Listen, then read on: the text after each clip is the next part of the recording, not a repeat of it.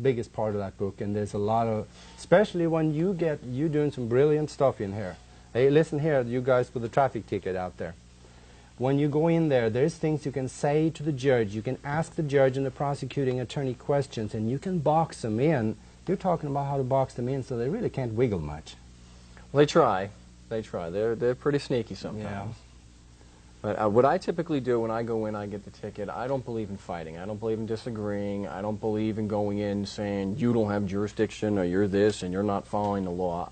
What I notice is that if I agree with them and just question them based on what they've already told me, it quickly falls apart. For example, what I like to do is I like to go in with a proposed plea of guilty. And anyone in the traffic case can plead guilty. That's generally the way. Yeah, it's generally the way they want it, though. Yeah. But you go in with the proposed. It's not signed. It just says, I have had my rights read. They have explained the nature and cause of the charges and proceedings to me, because I'm not a lawyer. I don't understand this, but they've informed me, and I'm waiving my right to appeal. And all you have to do is sign it at that point. As long as it's unsigned. Yeah, they can't do anything with it. They can't do anything with it. So what I like to do is I like to go in and say, like I just said, I'm not a lawyer. I don't understand what's going on, but I would like to plead guilty. I don't want to have a trial. I like to avoid this whole thing. I got a life and I got a job, but I don't understand all the ins and outs. Okay, and as long as I can be informed, I'll be more than happy to pay your fine.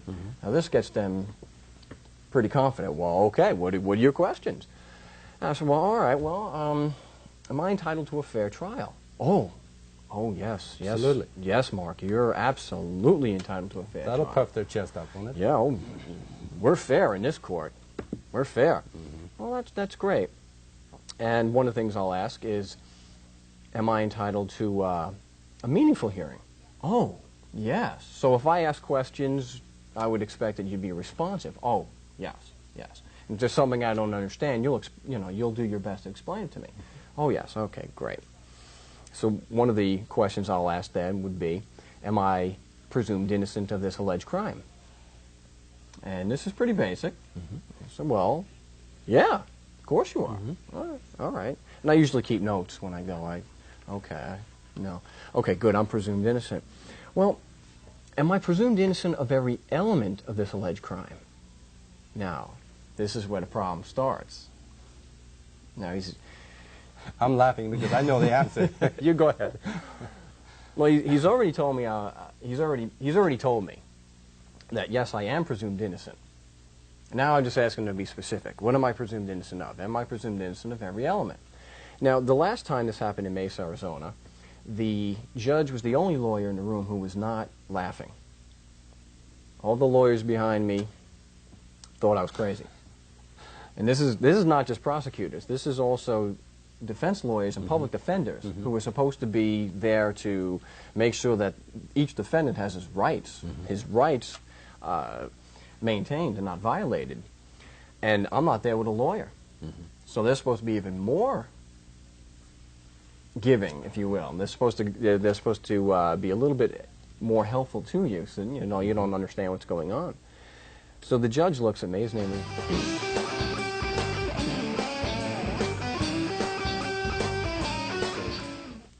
You're presumed innocent of the charge. Move on. Well, no, I can't do that. I don't understand. Don't understand the charge. Don't understand. Just need a response of yes or no, sir. Am I presumed innocent of every element of this alleged crime? Like I said, the lawyers behind me are having a field day, making fun. I can hear the comments. One of them actually said, well, how many elements do you think there are? Well, I'll get to that. That's not my burden to know how many elements. That's the cop's job, or the prosecutor. So at this point, Robin is beet red. I mean, this judge, well, he's doing a bad job of pretending to be a judge. Oh, he was furious. At this point, you are presumed innocent of the charge. Move on. Sir, with all due respect, I can't move on. I don't understand. I need a responsive yes or no. Just yes or no. That's all he could take. That was it. Security was called in, and I was thrown out of court. When something like that happens, for somebody sitting back in the bleachers and looking at that and they don't understand a thing, they know something went wrong. Yeah. What went wrong? Well, went wrong. Well, actually, nothing really. For him. For what went wrong for the prosecutor and the so-called judge. What happened for them was they boxed themselves in and actually made my case for me, or rather, they showed that they didn't have a case, because what they did was they admitted I was entitled to a fair hearing and a meaningful one. They said that they would answer my questions responsibly, which they haven't done. They acknowledged that I'm not a lawyer and I don't understand. And they've acknowledged that I'm entitled to be informed. And as long as you don't understand the charges, it's required by law for them to explain them to you. Right, and they refuse to do that. Yeah. Now, I do explain to people in a peanut gallery, if they ask me, what just happened? Why did the judge get so upset with you? Why did he call security to have you taken out of the courtroom? You didn't raise your voice. You weren't disrespectful in any manner. What happened? And the reason is, to get a little bit more technical, is that jurisdiction is an essential element of any alleged crime. And if he has to presume me innocent of every element of that alleged crime, he has to presume there's no jurisdiction. He can't hold me for pretrial. You know, that went fast. Say that again. Okay. If he has to assume that you're innocent of all aspects of the charge, he also... Jurisdiction is an absolutely essential element of any crime or any court case. That's basically the judge's ability to hear the case at all, to hold you, if you will, against your will, in his room, his courtroom. So if he has already admitted that he has a presumption of innocence, that has to apply to every single element of the crime, or you're not presumed innocent. Well, as a matter of black letter law, if their jurisdiction is an absolutely essential element. If I wasn't in Arizona on the day the police officer says I was, or I wasn't within the state, to be more accurate, then there's no case. And I usually get them to admit that if I'm not within the state on that day, there is no case. There's no jurisdiction, there's no crime. So I make sure to get that admission first. So here, the judge, Robin Allen, was the only one in the room, besides myself, who understood what was going on. He understood, if I admit that he's presumed innocent of every single element of this alleged crime, I know this guy. He's going to come back and then say, are you presuming there's no jurisdiction? Now he's boxed into a corner. Because if he has to presume there's no jurisdiction, he can't hold me to answer for this ridiculous complaint against me. So this is why, to keep anyone in the peanut gallery from picking up the ball and thinking, hey. Or everybody that's sitting behind you waiting to get in your chair. Right. So to keep all those people from getting any ideas, I'm going to cut this guy off before anybody figures out what he's doing. Because apparently the lawyers are just out in left field. They're not getting it. They couldn't catch it. But maybe someone in the background is going to get this. And even if they don't get it, I don't want them coming up here and doing the same thing. So, oh, I know what I'll do. I'm going to start screaming, and I'm going to call security and have this man removed.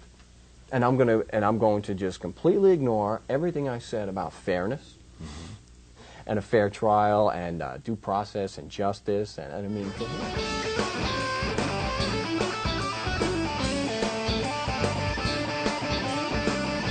you can see if you just take a progression and get certain admissions from him. It's not that the law requires me to be informed. I didn't ask him, well, does the law require me to be informed? No, no. I asked him, am I entitled to be informed? And he gave me his opinion. So what I've noticed is that the law means nothing. If it gets in the way of a conviction, we're going to ignore that. If you don't like it, appeal it. And that's the typical sneer that you get. Absolutely. Never mind that appeal is never forthcoming. They forget that part. Okay. So trying to get them to contradict the law is really just... It's difficult. Well, you can do it all day long. It's difficult to actually get a case thrown out because they did contradict the law. Well, so what? If you don't like it, appeal it. But I noticed early on that it's very embarrassing to contradict yourself, especially when you're in a room full of people who respect you to a point that they will murder on your orders.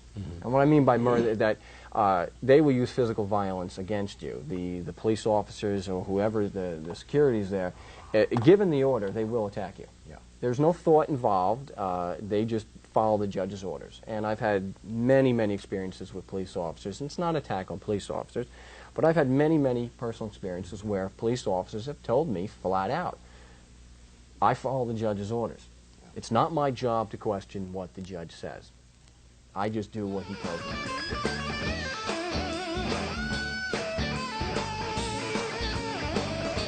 One of the things I discuss in the book is that some of the most egregious, heinous acts that you can imagine have been justified because they were according to the law. Legal. It was legal. Of course, the thing about it, though, is that a lot of things that's happening here now that is not legal is contrary to both what it says in the statutes and the codes and the court rules. That's correct. And one of the fallacies I bring up in the book is that people claim, politicians, and you can read it in books and history books and read about it in schools, that, oh, the Constitution created a limited government of limited powers, and that if it goes beyond the scope of the Constitution, it's illegal or unconstitutional.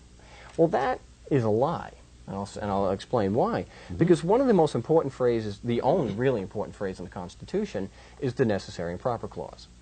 And a lot of people like to say, hey, let's get back to the common law. Let's get back to that. Well, one of the things that comes out of the common law, which the Constitution is supposed to be read in light of, is a phrase called necessitas non habet legem, which most people have no idea what this means. Well, what it means is necessity has no law. Okay. Oh, what is it? Wow. So from the common law, which people think is a great thing, we have this rule of necessity. And it means that if some bureaucrat, whoever's doing it, let's say the bulldozing of a church, if someone deems it necessary, the one who ordered the bulldozing, oh, it was necessary, oh, it's good to go. And almost as good as national security. Yeah, and that fact that's kind of two lies. Yeah, it's very. You have to look at politics, and politics is usually the only profession, if you will, where you can have two words, a two-word phrase, be two lies. One, that there's a nation, and two, that they have a duty to secure you or to provide protection. Yeah. So what I go through in the book is, one, there's no nation. And we can get into the details of that. Yeah. And one of the reasons why there's no nation, why we can prove that there's no nation, is the security issue. Okay.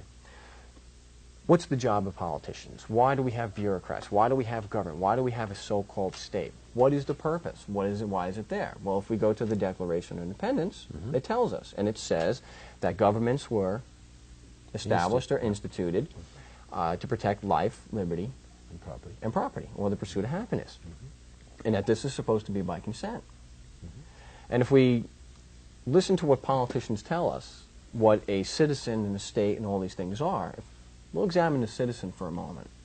And most people just figure, I was born here, I'm a citizen, but they really don't go into exactly what it is. Well, what is a citizen? What makes me a citizen and somebody who crosses over from Mexico or Canada, or comes in from some other country, what separates them from me?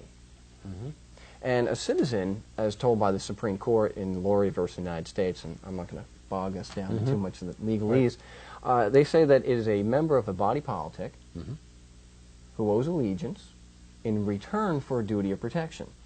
And Laurie uses very specific words and says that these are reciprocal obligations.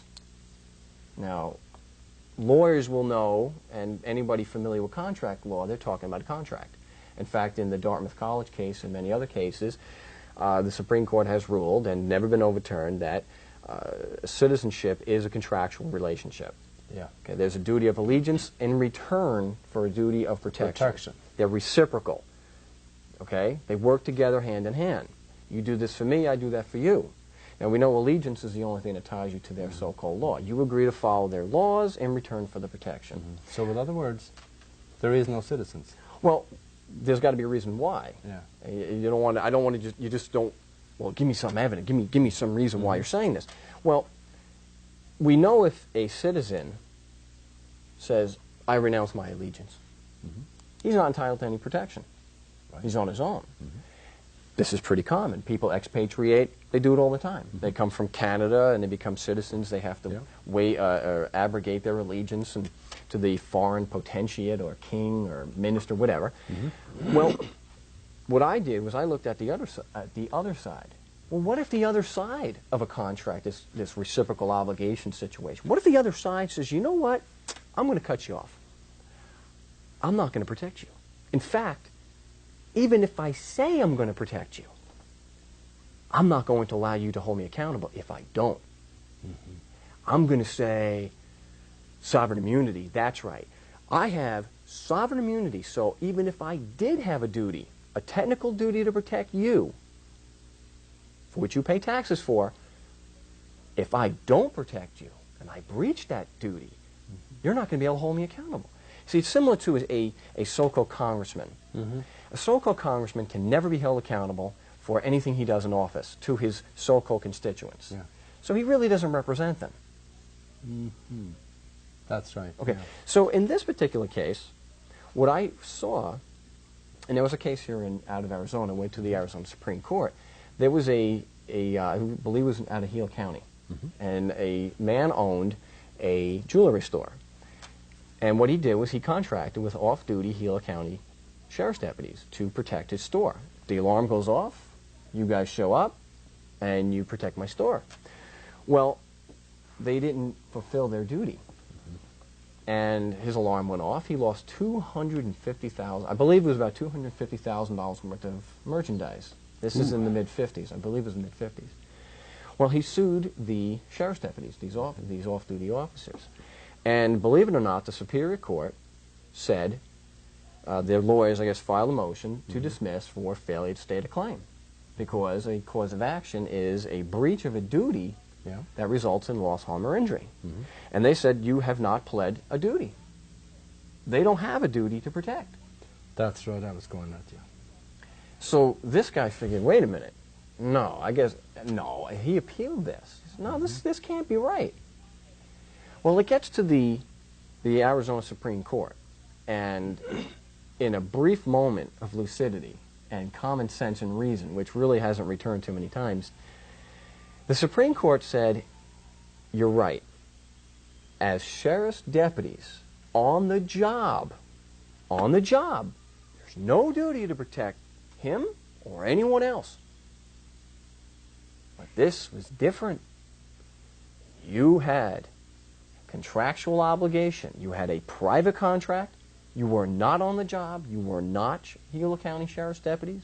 You had a contractual obligation, and you breached it, and you cost this guy $250,000.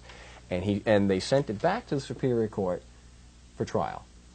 And I looked at that and I said, wait a minute. If a citizen is only a citizen because he owes a duty of allegiance in return for a duty of protection, and they're openly and notoriously saying, we don't have a duty to protect you, even though the Constitution says in Article 1, Section 2, the only purpose is to protect. Yeah. Okay. There's no duty to protect. There's no duty of allegiance. Well, if there's no duty to protect and no duty of allegiance due, then there are no citizens. And because there's no contract. Right. And if there are no citizens, there's no body politic. And if there's no body politic, there's no state. If there's no state, there's no United States. There's no nation. So basically what you have is 280 million people who are just people. And treated like we are because we don't know any better. We're treated like we are because we've been bought into this public relations scheme, this matrix, if you will, that has been forced on us. And I spoke to some people yesterday on a radio show, and they, well, what's wrong with our reality? Mm-hmm. You know, why can't we're happy with our reality. I said, well, you know, I'm happy with my reality. Mm-hmm. And I don't have a problem with the reality anyone takes. You can sit in your house and think you're King Henry. But the moment you pick up a gun and you use a gun or any other kind of force to get me to join your reality, that is where the problem comes in. Mm-hmm. Have whatever reality you want. Think you're Santa Claus. Great. Run with it. don't pick up a gun to get your kids to believe it. Don't pick up a gun to get your neighbors to believe it. And don't pick up a gun to get your neighbors to pay for your delusion. Take your delusion, take your delusion and run with it. Just keep the core.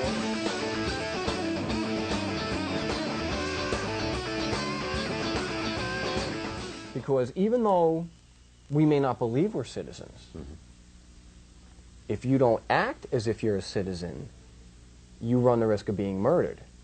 Right. You could take any situation. If you decide, I don't accept you as my governor, or I don't accept you as an authority because I have no agreement with you, and I'm not going to listen to you, and no, I'm not going to stop driving my car peacefully down the street. Well, we all know if we're driving peacefully down the street, or traveling, however you want to say it, and you're not endangering anybody, but you don't have that tax ID number on the back of your car, which is the license plate, you will get a cop eventually, a police officer, who will get behind you, and he will throw his emergency lights. There's no emergency, of course. Yeah. There's never an emergency. But he has to check things out. You don't have the tax ID number. Now, the officer doesn't know that's a tax ID, that you've paid your tax. All he knows is, I was told you don't have a plate, you got to have a plate, I got to stop this person. And what if you choose, no, I'm not going to stop. I don't accept your reality. You don't have to accept mine. It's fine. I'm not taking a gun to your head and making you accept my reality. But this police officer, his reality is now going to become yours. Yes. And we've seen enough shows, cops, we've seen enough shows that if you don't stop that car, what are they going to do? And I'm not saying you're speeding. You're not endangering anybody. What is the police officer going to do? More than likely, he's going to call backup. Start roadblocks and He's all kinds of things. Right, and he's probably going to do that ram maneuver where they hit your car. What is he going to do from that point? Is he going to walk up to your car? Hi, notice you didn't have a license plate. You didn't stop when I put the lights on. Everything okay? No. The gun has already come off. It's pointed directly at your head, and he's screaming at you to get out of the car. Now, who is the one who's the threat to somebody's safety in this point? Is the man who's just traveling, minding his own business and keeping to his own reality, or is it the police officer who's trying to get you to join his reality?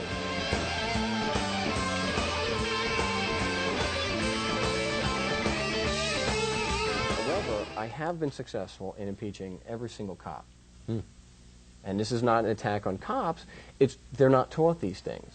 And initially, I would ask questions, not just on a tax issue. I would also ask, is it your testimony that I was within the state on this day? Oh, yeah. Or would there be a case, or would there be jurisdiction or a crime if I was not within the state on this particular day? Oh, no, not at all. So you're confident I was within the state on this day? Yes. Okay, is that an arbitrary opinion?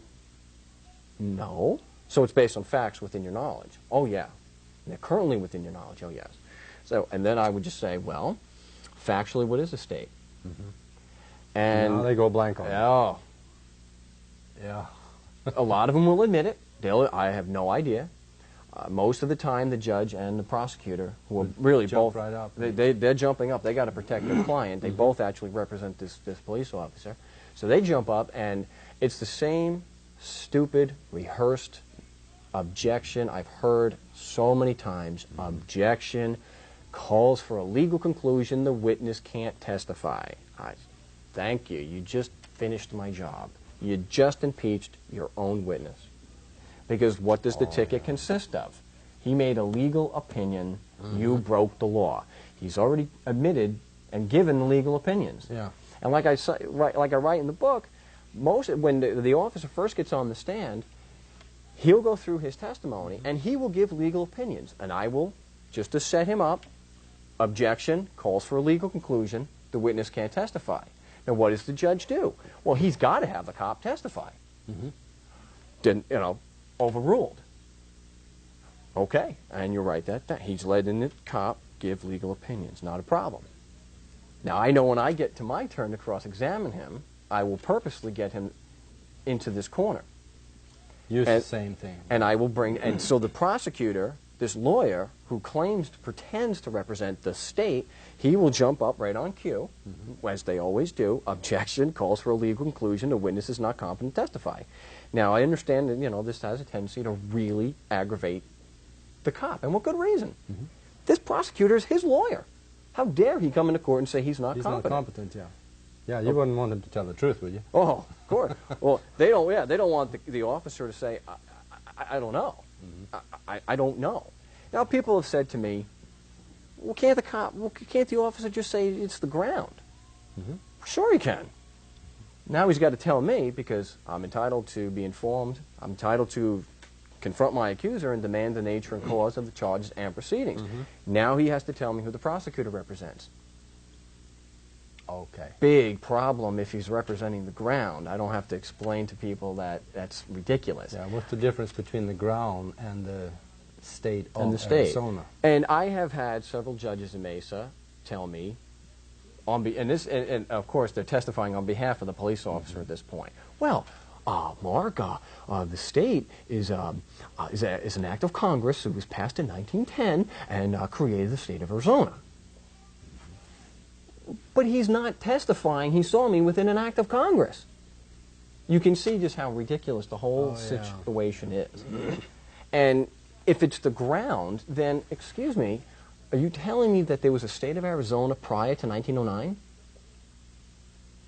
Okay. And now we got a problem because that, when was that 48th star added? Oh, that's right. The 48th star was added to your flag in 1912. Yeah. Because there was no state of Arizona prior to that, prior to January 1912.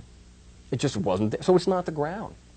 It is absolutely, positively not the ground. It couldn't be the ground. That's right. Because the prosecutor is not representing a geographical area. Of course, putting it to him that way, then you will destroy his testimony.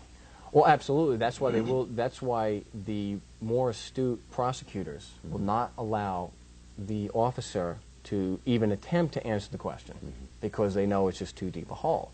But what I started doing is, I don't want it to look like I'm attacking police officers and trying to get them declared incompetent. Because I never say that they're incompetent. I want them to testify.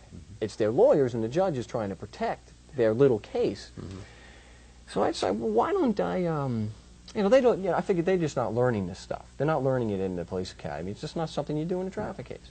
So what I started doing, I said, well, look, I'm not going to do it this way. I don't want to go to trial. Why waste time going to trial? So I started right at the arraignment. I want to plead guilty. I want to get it over with. So one of the questions I would put to the prosecutor. Instead of the police officer, I'll put it to the prosecutor. He's the one claiming to represent the state. So what I started doing was a standard legal challenge. In civil rules, it's Rule 9A. It's the same in the federal. And I would ask a simple question. Again, not saying that there's no state. Don't want to come off as combative. You're not argumentative. You're not taking a position. I would say, is there evidence of a complaining party here? And this is the typical response from a lawyer pretending to represent the state. Oh, yeah. He's got to come up with something really fast. Right. This is his job. This is his job. See, when he does that, that's a cue to his fellow lawyer with the robe. You got to help me here. So we had a case in Maine where this happened. And he turned beet red, the prosecutor, and that's what he's doing, shuffling his papers furiously, and the judge jumps in. Well, sir, that's easy. It's the state of Maine. And the defendant says, objection, move to strike. I believe that's non-responsive. I wanted a yes or no. And two, Rule 605 of the Rules of Evidence doesn't permit you to testify on behalf of a prosecutor. Well, the judge wasn't happy at all with this. Not happy at all. Yeah, you don't want to be challenged. No. And he just made this judge look kind of ridiculous. Stupid. So what happened was, and this is a criminal case, they bound him, the judge was furious. Bound the guy, you're going to trial. You're not pulling this in my court. You're going to trial. All right. So file a motion to dismiss for a failure to prosecute. Look, we have one question. One question, or just give me a yes or no. Is there evidence of a complaining party? I mean, your burden of proof is beyond a reasonable doubt. You got to have some evidence here. So You're either concealing it from me if you don't answer, or you don't have any. No real gray area there. So the man gets into the hearing, and the judge says, would you like to speak to the prosecutor before we have this hearing? Sure, why not? He goes out in the hallway, says to the prosecutor, well, how about it? Can you answer the question? No. No, and that's stupid. I don't even think it's relevant. We'll let the judge decide. It's not the judge's burden. No. So he said, you know what? I don't care how you want to play this. But I'll tell you what. I'm looking at a year in jail. I'm going to ask the cop the same question on the stand. Because they give him a jury in Maine still. It's not a complete joke like it is here in Arizona where you don't get a jury. They want to put you in jail. No jury. He says, I'm going to ask the cop the same question on the stand. Right in front of the jury. I'm going to embarrass the heck out of both of you. It's your call. Well, I'll let the judge. I'll just let the judge decide. Because, you know, they're buddies. They work for the same team. Right. So they get in there, and the judge said, no hearing. Motion to dismiss denied. You're going to trial. We're going to get a jury on such and such a day, blah, blah. And he stands up. I have an objection. Well, what's your objection? I haven't got discovery yet. It's one question. Is there evidence of a complaining Yeah, that's party? right. Discovery doesn't have to be in writing. That's right. Yeah. I have my discovery, and the judge... All right. Says to the prosecutor, you've got 10 days to give this man his discovery. I have no choice but to dismiss it. Well, what do you think happened on day 11? Prosecutor withdrew all the charges. Now, I have the dismissal, the order of dismissal, because he filed his motion to dismiss and the judge granted it. So I have an order of dismissal that it was dismissed with prejudice. With prejudice. Means it can't come back. Right. So it's not a matter of, oh, Mr. Prosecutor, you just need some time to bring your evidence. No, you have no evidence. Yeah. And you know it. And I know it. And I don't want this guy coming in and saying this in front of a jury.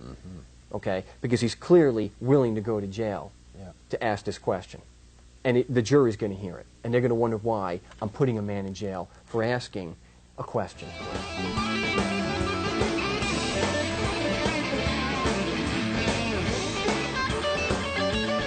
What are some of the other issues that you're dealing with in this book that maybe someone could have an advantage of by reading? Well, what I try to do in the book is not so much, it's not really a self-help how to navigate the courts. What I wanted to do was I wanted to help people clear their mind, and I wanted people to be able to think more clearly. I wanted the matrix, if you will, or the cloud, the public relations. I wanted to strip through all the public relations so that people, if they are attacked, can see things as they are. When someone says they got a traffic ticket, that a police pulled them over and they got a traffic ticket, that's not what I see. What I see is I see a man with a gun who doesn't respect this person's rights and is going to take control of his life and property without his consent.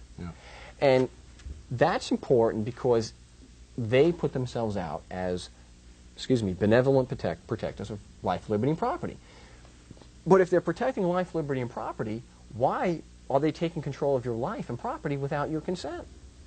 I think if you can see through all the legalese, like when the IRS attacks you,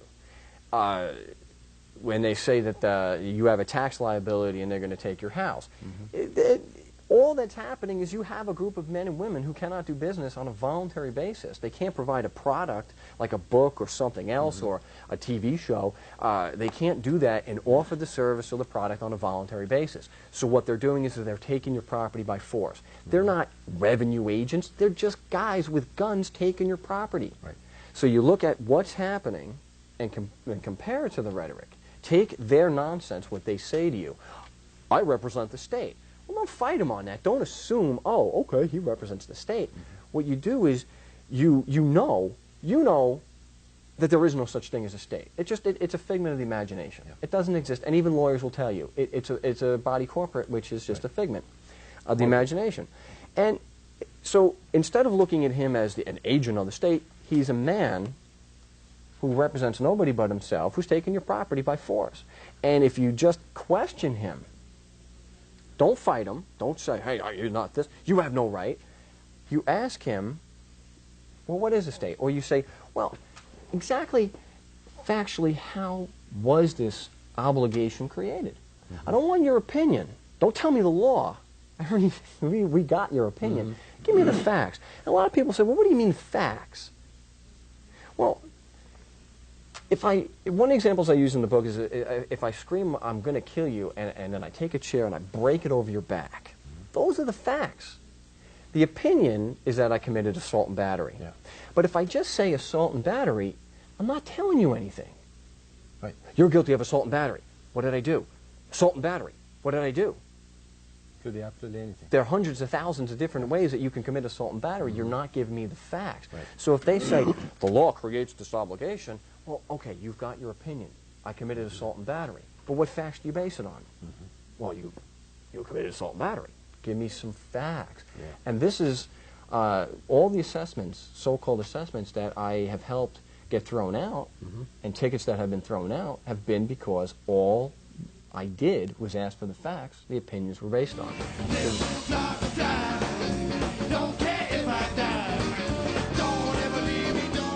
But it is available at adventuresinlegalland.com. You can also write to me at Post Office Box 31258, Mesa, Arizona, 85275-1258. The easiest way is to go to adventuresinlegalland.com. If you have a PayPal account. Okay.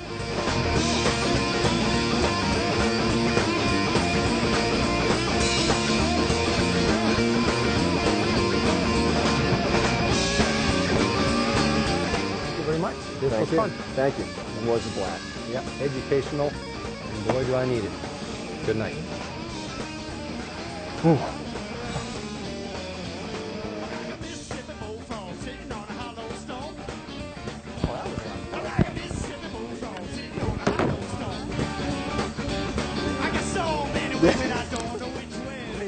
Two minutes into you're all mouth. You had it right there.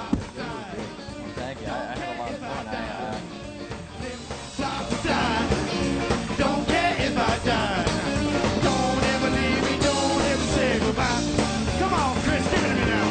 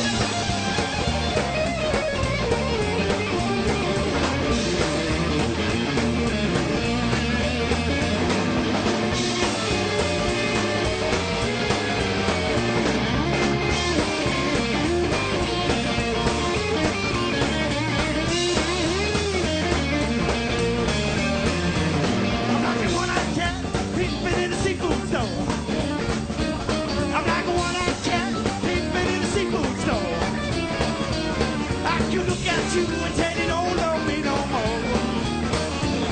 Well, get out that kitchen and ride on those pots and pans. Well, get out that kitchen and ride on those pots and pans. Now roll my breakfast, cause I'm a hungry man. And flip, flop, and fly. Don't care if I die. Flip, flop, and fly. Don't care if I die. Don't ever leave me, don't ever say goodbye. And then flip, flop, and fly. Don't care if I die. Flip, flop, and fly. Don't care if I die. Don't ever leave me, don't ever say goodbye.